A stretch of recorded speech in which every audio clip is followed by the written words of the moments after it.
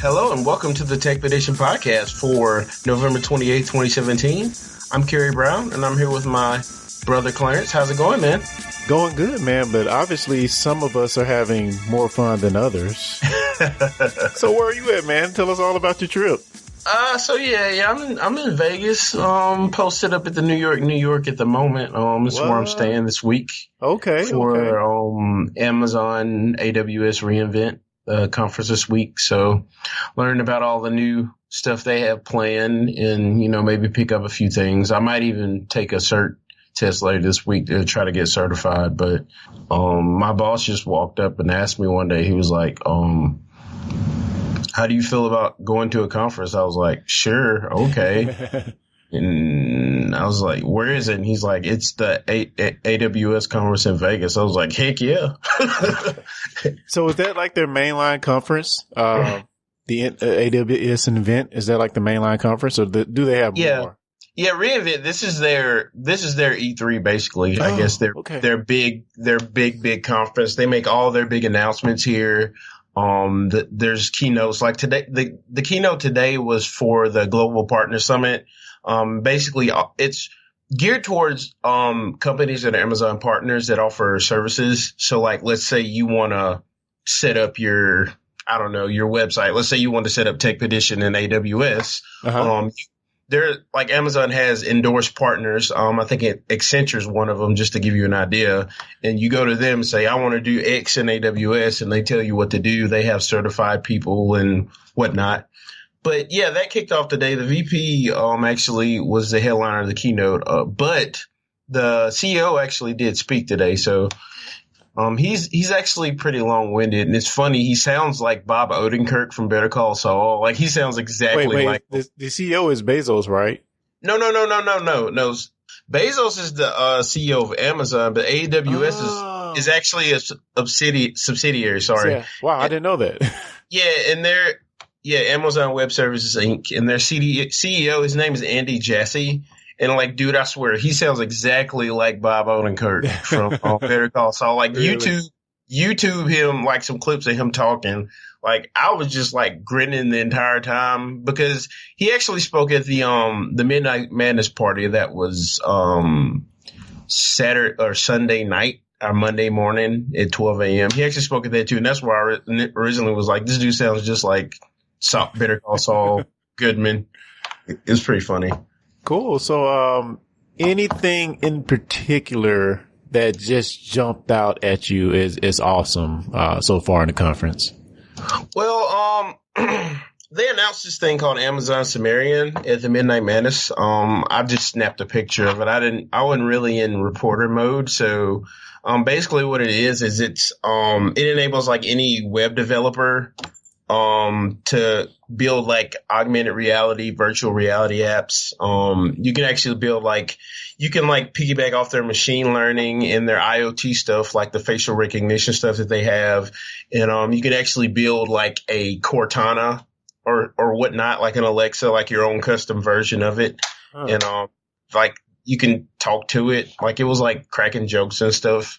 I mean, it was kind of goofy, but at the same time, they're doing stuff where you can like actually build like virtual environments in 3D. I think they're going to have an asset store where you can, if you're not into modeling yourself, you can buy couches and chairs and whatever in 3D and like actually build your environment out. Now, you said 3D. So is this like, what platform is this geared towards? Is it just like for Amazon devices, or is it? No. This is a web API. So you can build a website. Basically, if you don't know anything about VR and for instance, like Node.js, or I don't know exactly what languages it uses. Let's see here, blah, blah, blah, blah, blah, blah. But basically, being a web developer, essentially what it means is being a web developer, you can build your own VR app.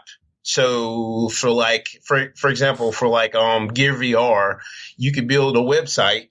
Let's say you wanted to map out, like if we had a Techpedition office, you want to map out the Techpedition office and build it into like a VR app. You could use Sumerian to do that. Or if you wanted to design like just a 3D environment for like people to look around or, interact with, you can use their Sumerian API to actually do that. And it just makes VR and AR like way more accessible. Cause like now, before this, you'd normally have to use something like Unity or what's another. I guess Unity would probably be the most popular thing you would use. Yeah. But it uses WebGL and WebVR. So, I mean, it's compatible with Daydream, HTC Vive, iOS, Oculus. It's compatible with everything just about. It'll run in any browser. Yeah, it seems like even if someone did want to put it in the app, seemed like they maybe could wrap it, do one of the web wrapper apps maybe, if they wanted to make it seem a bit more native. Yeah. So that's pretty cool, man. That's pretty freaking cool. So that in itself is cool, but like I said, when you add into all the other Amazon like cloud services, like I said, their IoT stuff with like facial recognition and the machine learning that Amazon has, which is I feel like it's probably the premier, machine learning interface. There's just so many other things, which I guess that's the appeal of AWS in general that I'm learning. It's not just that they have like virtually 100% uptime for their like EC2 instances, which that's Elastic Cloud Compute, where, you can spin up a VM, and like run it it really is a web server, but they have like all these other different like, products that you can use as well. Like you don't even need to like build a server anymore. They have this, product called AWS Lambda, where you can just pretty much, just use it to run your app, and you don't have to worry about maintaining a server or like patching it or any of the other crap. So, I mean, there's just so many different products that, I mean, I feel like an Amazon shill right now, but it's just like, I had no idea that they had so much stuff going on. And, I've been playing around in AWS for like the last year, but I feel like there's some stuff that we can definitely use for our site and, beyond. So I'm really excited to see what else is going on. It's funny how AWS is like the backbone for so many things, but people don't really realize it. Of course, Netflix runs on AWS. Yeah. And a lot of startups do, the bigger startups.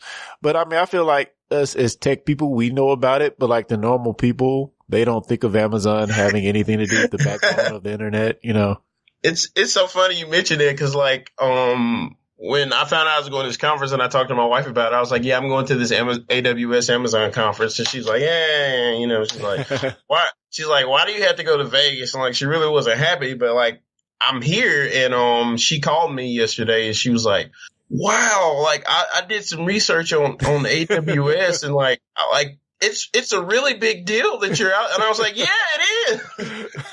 Yeah, it is a big deal. I was like, I didn't sit here and explain it to her because like, I just felt like I'd make her eyes glaze over or something. So I thought it was really cool that she took like that initiative on her own to research, figure out, how important it is. That is cool. Have you seen any celebrities / tech elite people there maybe?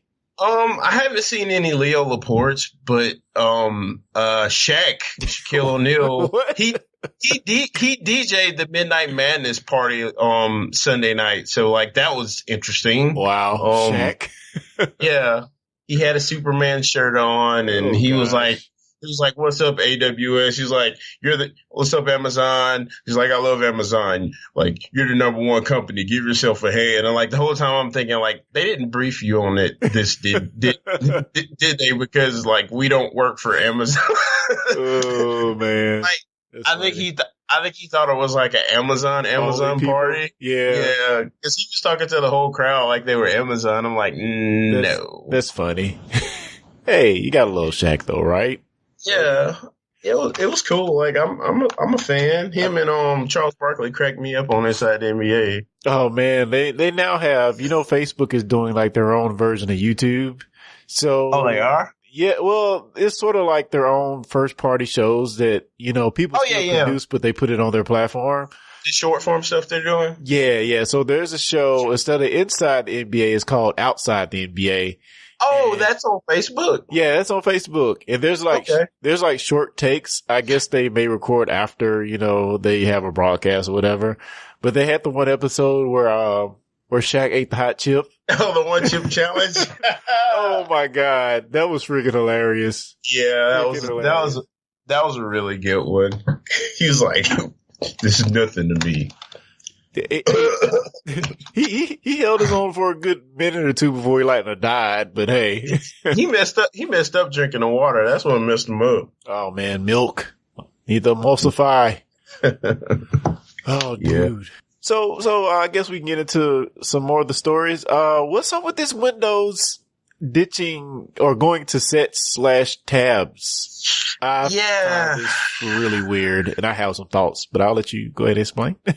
Yeah, so I mean, these days, tabs are all the rage, I guess. So you have Chrome OS, I think that's what it's called, and basically, I was gonna get my niece wanted a Chromebook I actually bought it, and then she got in trouble, and I couldn't give it to her because she got in some. I don't really want to get into it, but she got in some pretty big trouble, so I ended up taking it back. But anyway, tabs are all the rage now. All the major browsers have tabs. Like I said, Chrome OS is pretty much based on tabs for the most part. And Microsoft, they have this interface called Microsoft Sets. And it's rolling out. It's like a tabbed application view. So instead of your toolbar, you have tabs with your documents and your Spotify and all that stuff is basically, you go through it with tabs. And I think this is more for Windows 10 store stuff. I haven't read too much about it, but it looks like Microsoft's plan is to eventually roll this into the OS, which scares me a lot. Yeah, me too. I think it could be cool, if the view that it pulls in the next tab is actually native to that app that it's coming from. One of the things I hate about mobile, when I go to, say the Twitter app or the Facebook app, when I click on a web page, it doesn't open Chrome. It opens that page in YouTube or in Facebook. And that's a little annoying because it doesn't pick up on a lot of the native things that are built into Chrome itself. So yeah. I'm not sure if I'm going to like this. I guess I'll wait and see how they actually implement it. But I find myself all the time on mobile, if I'm in the Twitter app or the Facebook app, actually hitting that little button in the corner to opening Chrome, So, yeah. So I don't know.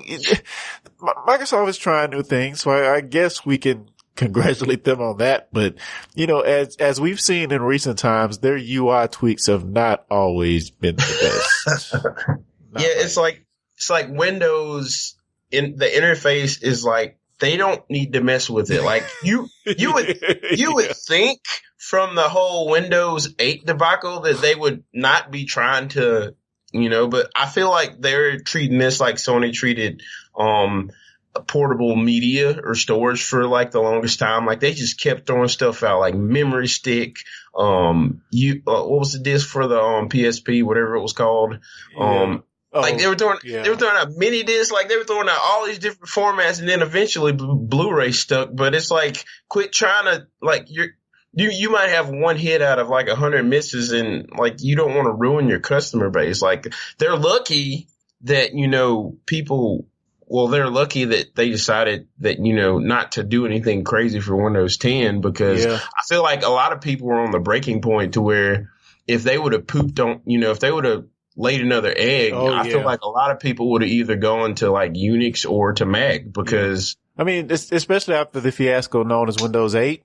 Which yes, I had Windows 8. I thought it was okay. Did it have major problems? Yes. The menu was, the old start menu, re-envisioning was quite horrible. But I got used to it. I thought it was fine. But yeah, it always scares me because really, if you get down to it, Windows 7 was pretty darn perfect. Yeah. And the only thing they really needed to do, in my opinion, was just make it look prettier. But instead, they're trying these new paradigm shifts of how you actually use the device. And those don't always work. And leave it to Microsoft to give us something that, just calling out to crap on it because it's just not good. I mean, it's just, and Apple does similar things. iOS has changed vastly from when it was first introduced. It's the same but different. We don't have a home button on the new iPhone, which I played with, by the way, this week, a couple days ago. But nice. But it's just that you have to ease people into stuff, but these tabs might work. I'm going to give it a try. I think it's in the current, Windows Insider branch, for people to try out. But yeah, I don't know. I guess, come on, Microsoft, come on. Yeah, it's like, and to me, like, as long as they don't make it clunky, it'll be okay. Because like my whole problem with Windows 8 wasn't necessarily the tiles or the interface. It was just like super, super clunky. Yeah. And like I run into this every day when I'm at work because we still have some server 2012s that aren't R2. Like R2, like R2 where they fixed the start menu in 2012 R2, but in like vanilla 2012, it's like I have a freaking Dell server. It's got freaking like 64 gigs of RAM. It's got 24 cores on it. And when I click that, when I hover to the bottom left-hand corner and a little button appears for start, when I click that and I have to like search for my application, it's just so freaking clunky. Like it makes me want to throw my phone up against the wall. It's just, ugh. Now I will admit, if you just hit the start button and start typing, you'll find your app way quicker than trying to look through a menu. That's what I do. That's what I did when I had Windows 8. It's just like a power tip. But that being said, I'd hit the start button and do that. You know, anytime I'm on a 2012 server, I'm in a VM or in Windows, remote connection manager or whatever, and I can't hit the start button. So it's just a pain to have to go down there and hit the start button with the mouse and then start typing. You know, it takes the intuitiveness out of it when you're in a VM to me, but I don't know. Yeah, what I've started doing on some of our servers is just installing Chocolatey. Have you ever heard of that? Oh yeah, package manager is awesome. Yeah, it's just it makes it really Chocolatey. If you don't, so if like even on your home machine, I have it on my laptop, and it just makes it so much easier to find apps, and I'm just that much more encouraged to use it on Windows 2012. Yeah, sort of. Well, are you talking about find apps in the scope of launching them, or just that it's used to download apps, right? Yeah, you can use it as a package manager and you can use it to launch apps too. I didn't know that. I didn't know that. That's pretty cool. Yeah, it's much better than. So man, if I were to tell you that Apple has the best security ever, the best security in the computer industry, bar none. Yeah, I think they kind of screwed the pooch with this one. Yeah, I've like this. It's so funny. Like I'll talk to Apple loyalists. It was really bad when I was working in my first job out of college. The app rep came and he like blew all this smoke up my tech director's behind, and then they were like all about having Macs, man. It was like Mac or bust. So we rolled out all these Macs to like this Windows Server 2003 environment, which was like, you know, square peg, round hole. It was so cumbersome. But their whole motivation was Macs don't get viruses. This will be much more secure. And I'm like, the reason Macs don't have viruses, and I've said this for years, is just because of install base. Like you're wasting your time writing a virus for Mac. But in this case. Yeah. You didn't even have to write one. Yeah, so apparently the hack goes something like you type in admin at the screen and keep hitting the escape button and it'll just log you in or something to that effect. Yeah, so if you go to the equivalent to the control panel, I can't remember what it's called, like the system settings. If you go in there and like a lot of times to go in there, you have to like log in as root or an admin user. So basically, the prompt comes up. You just type root in and just keep clicking the button and eventually with no password eventually. And I have a friend, my friend Steven, in Kansas City. He actually verified it on his High Sierra Mac. So he was like, be careful, guys. Yeah. Yeah, I mean, all that being said, it still always puzzles me because, you know, Apple does have a bug bounty program and you can get a crap ton of money for submitting, or do they? They do have a bug bounty program, don't they? Oh, it's invite only. Okay. I don't know. Yeah, I think it's invite only. So the normal person can't get into it, I think, which is really weird. So they have an invite only bug bounty program, which I don't really understand that. But in any case, you know, this vulnerability could have gotten a high dollar amount from Apple. Oh, yeah. If you were in that invite only bug bounty program. But it turns out somebody just released it on Twitter, you know. Yeah, it should be interesting. I wonder how. Well, usually the funny thing about Apple is they patch often, so it shouldn't take them too long to patch this. But yeah, It's still a pretty bad look because this is just like a bonehead vulnerability. You know, it's not like you're hacking an ActiveX control on Internet Explorer. Like even that takes like a minimum amount of effort. This is just keep clicking the login button. Yeah, that's a weird one, dude. That's a pretty freaking weird bug. Wow, and who knows what the root cause is? But yeah.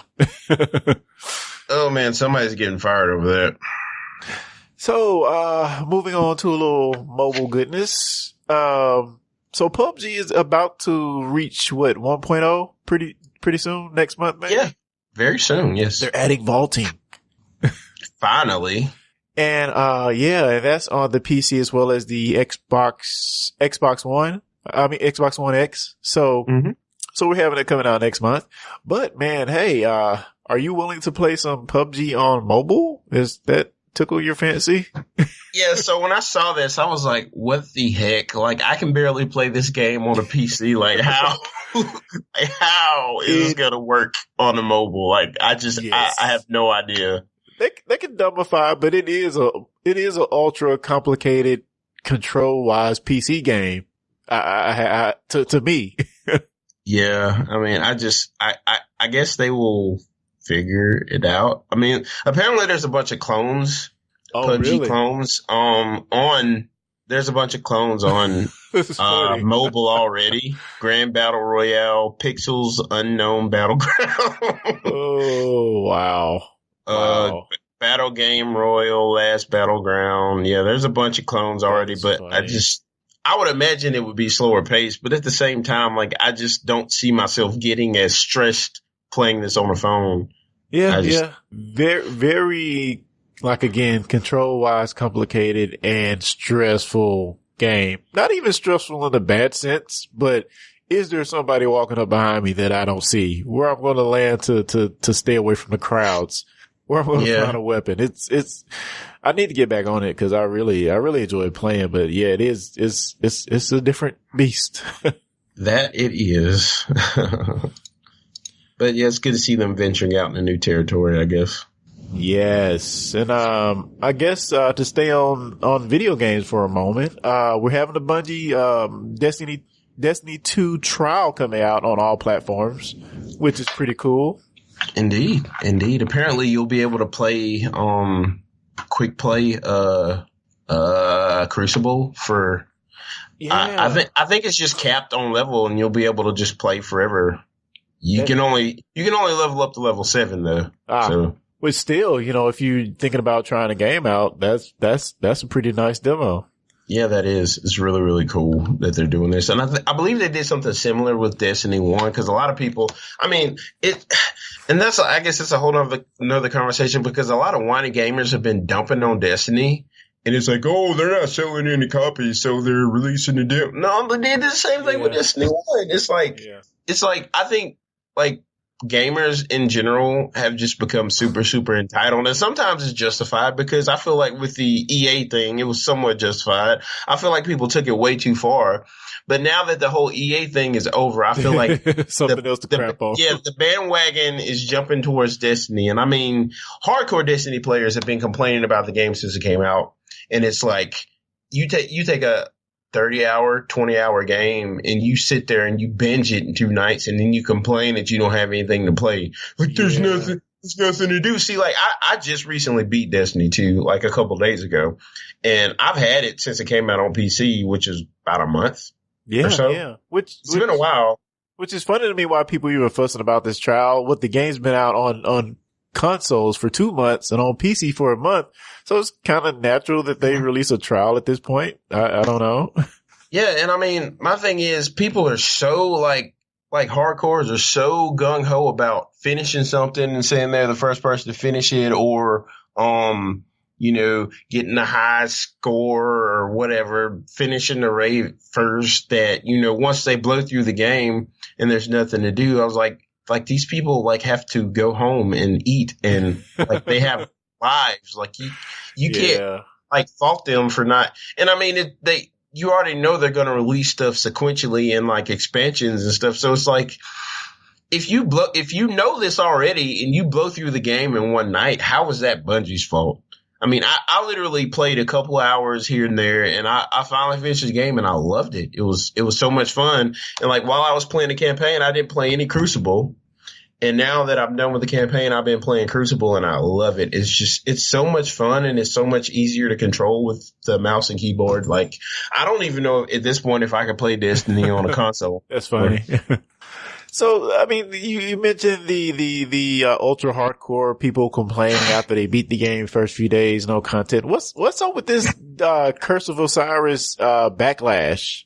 Okay, so basically what's going on with this is, even in this, it's somewhat justified because Bungie's trying to, like, basically when you, once you hit level 20, every time you gain enough experience to hit a level, you don't go past 20 yet because I think the cap gets raised to 25 in Curse of Osiris, but you get a bright Engram. And, basically what in theory, what you can do is just grind the public events. And just keep leveling up and getting bright Engrams. And what a bright Engram does, it doesn't even technically give you any gear. It just gives you mods for guns and armor, and it gives you possibly another ship or another sparrow. The mods kind of help.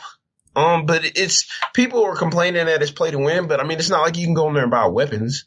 You know, you still have to, which I guess you could grind the bright Engrams down into bright dust and then use that to buy some of the weapons. So maybe, but even with that, where Bungie messed up is, so the way they're doing it is, what they were doing was for the experience for the game. If you play longer and more difficult events like a raid, for instance, you get a whole bunch of XP at the end, and it's like uncapped because you spent this long time doing this. But if you do these short form, like public events, what Bungie did was they capped the XP that you could get. So instead of getting 100% XP, you get like just I'm generalizing here, but so if you grind a whole bunch of public events, instead of getting that 100% of XP that it shows you, it was actually only giving you like 60%, or it was only giving you like 20 or 60. It wasn't giving you all of it, and it was saying it would. That sounds like a bug, though. Is that not a bug? Was that their intention? Stick with me here. So the only reason people found out about this is because of one hardcore dude on Reddit. I can't remember his name. He freaking plotted all the experience he like got, and then like for some reason, like somehow he was able to figure out that the XP was getting capped, and they raised a big stink about it on Reddit, and in this one, yes, like the anger is justified in this case, and so like there's a huge backlash over this right now. Bungie eventually, once people found them out, like it was intentional. Like once people found them out, they stated what their intentions were, and then they rolled it back. So now the XP is uncapped, and you can get experience equally from no matter what events you're doing. But I mean, people are still pissed. So I mean, does Destiny have microtransactions? What would be their motivation to cap people from these events instead of giving them 100%? There definitely is a financial incentive here because there's a store called the Eververse, and basically, like there's an Eververse in Destiny 1, but basically it was for like cosmetic stuff like emotes and stuff that you could actually pay money and get like bright dust, which is like the quote unquote currency, and use this bright dust to buy is it called bright dust? What is it called? I'm sorry, I'm drawing a blank here. Okay, so basically there's silver. That's what it's called, not bright dust. So you buy silver in your store, and then you can purchase these bright Engrams. And basically you can either take the items or you can let's see. Bright dust.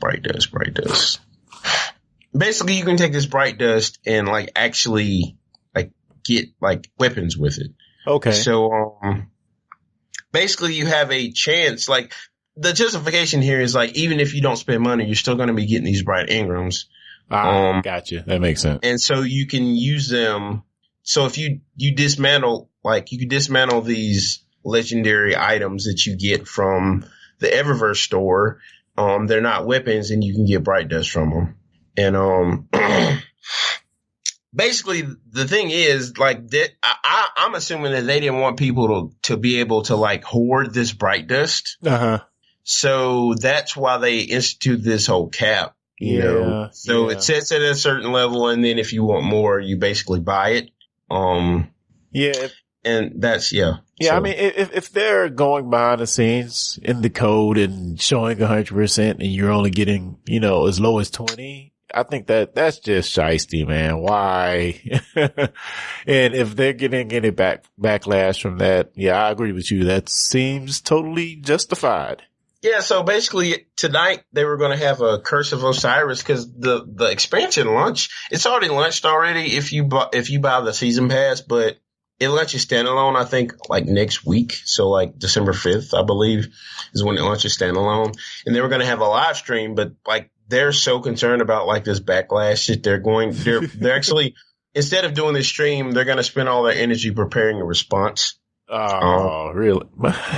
I guess they don't want the most downvoted Reddit post or something. They're probably really, really, really afraid of being the next EA with the whole Battlefront thing, which don't get me wrong, like this is bad, but it's nowhere near as bad as Battlefront. Cause like Battlefront was a straight up pay to win game, like straight up. Yeah. Like there was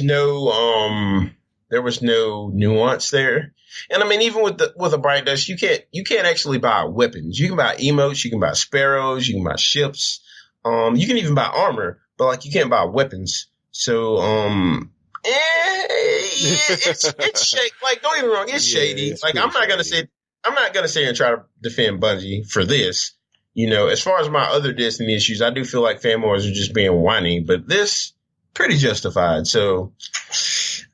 Will it hurt the sales of the game? Probably. It'll probably hurt the sales of the expansion. But the good thing about the expansion, at least for them, is you had a bunch of crazy people that bought the expansion when they bought the game. So I'm sure they have plenty of units sold already. So it won't be as big of a blow to them. But I mean, it's certainly a blow from a PR perspective.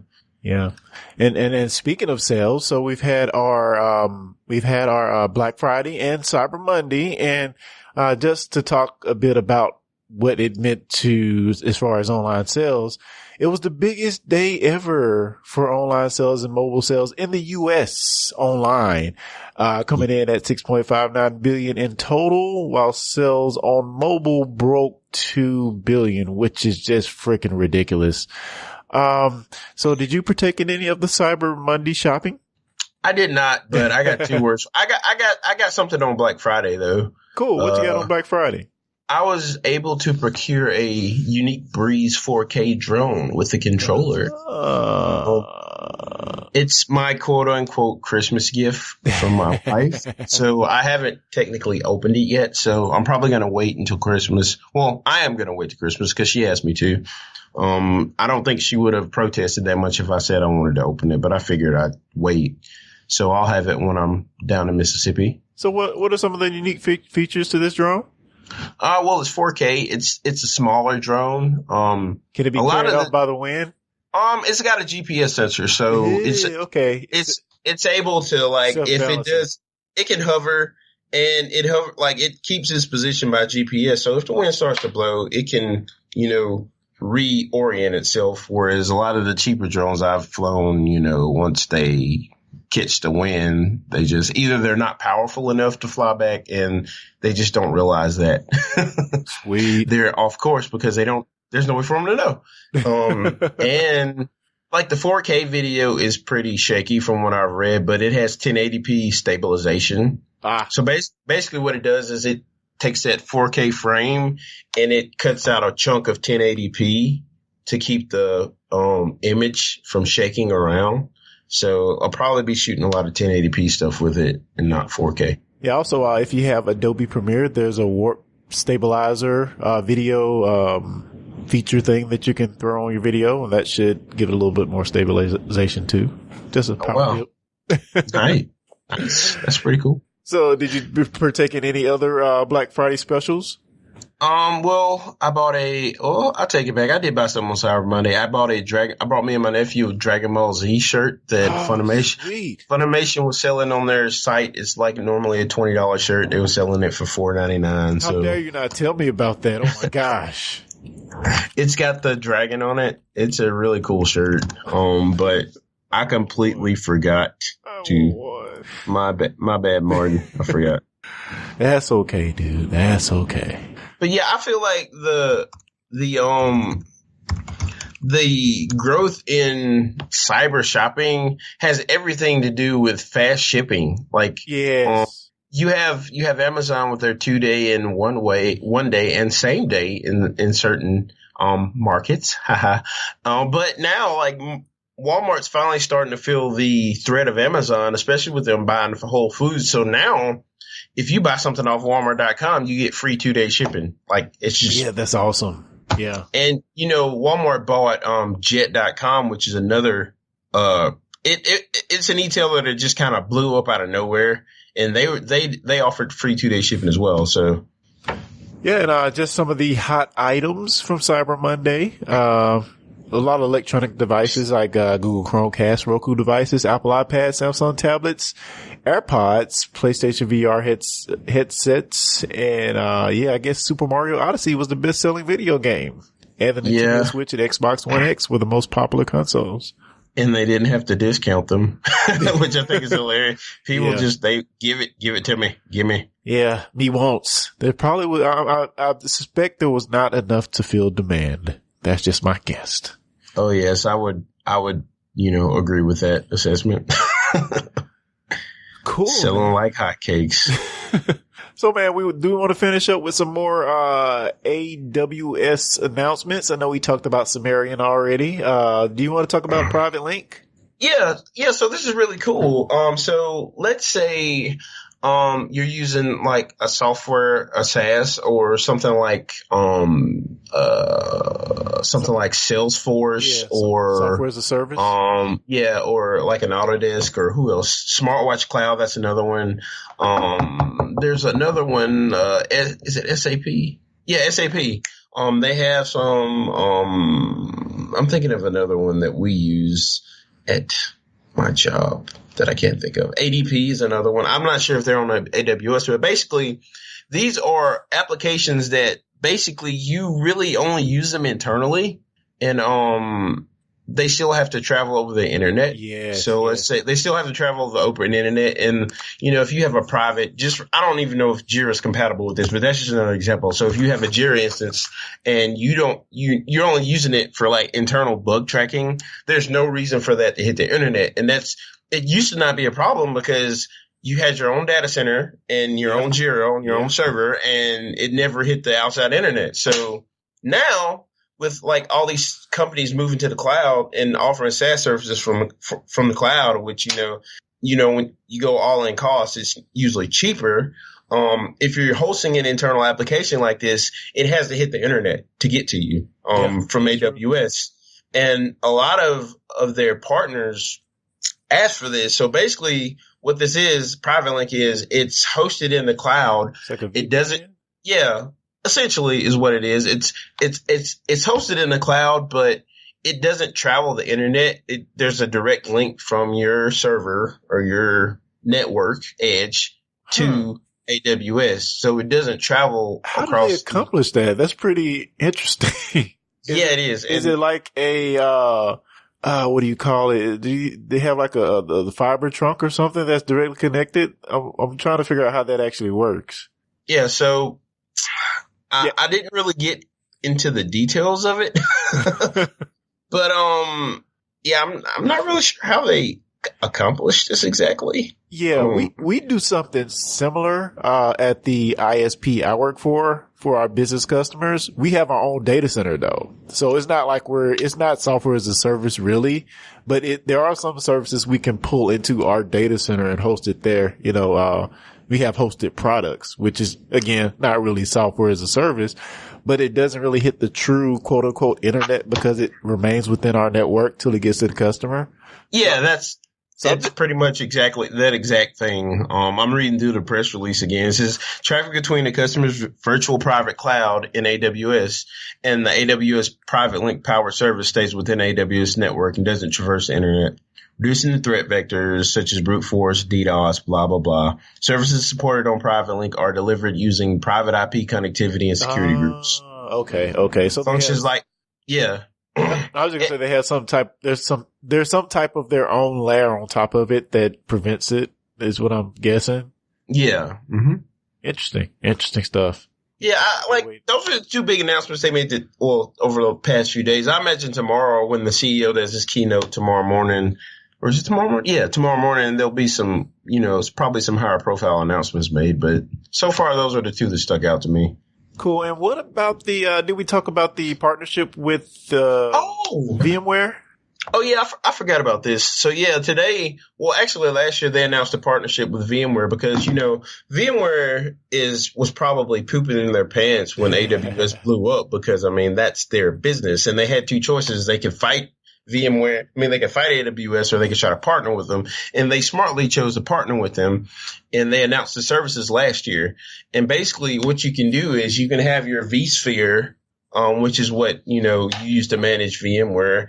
And there's like a hybrid cloud to where you can actually take your VMs and just kick them up to the Amazon cloud and still manage them with like VMware's management software. Wow. Which is really, really cool.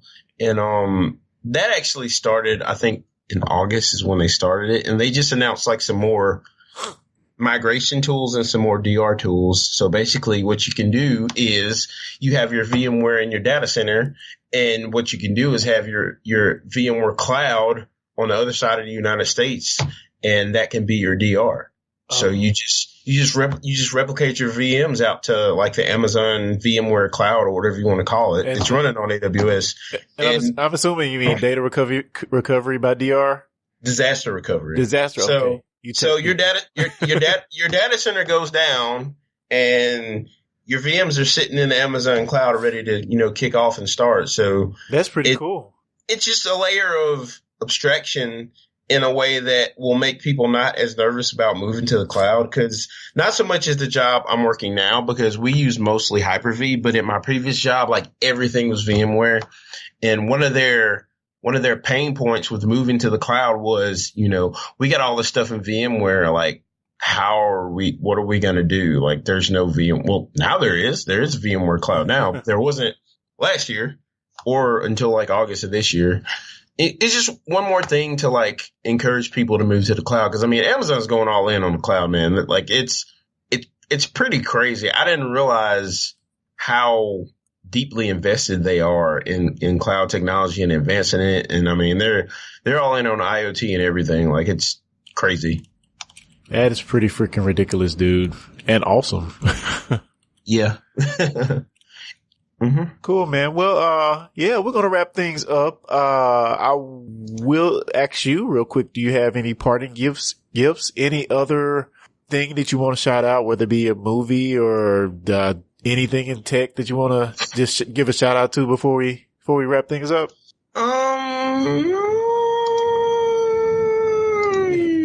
Not really.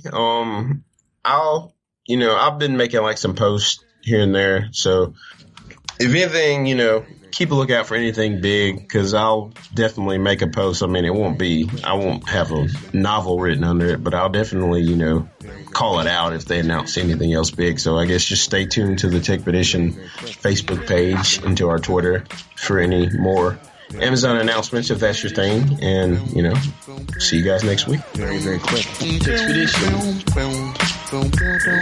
Very, very quick. Techpedition. Very, very quick. Techpedition. Very, very quick. Techpedition. I can't beat that. I just smells burnt and dusty. Hey guys, don't miss an episode of the Techpedition Podcast. For more information, go to techpedition.com/subscribe. TECHPEDITION.com.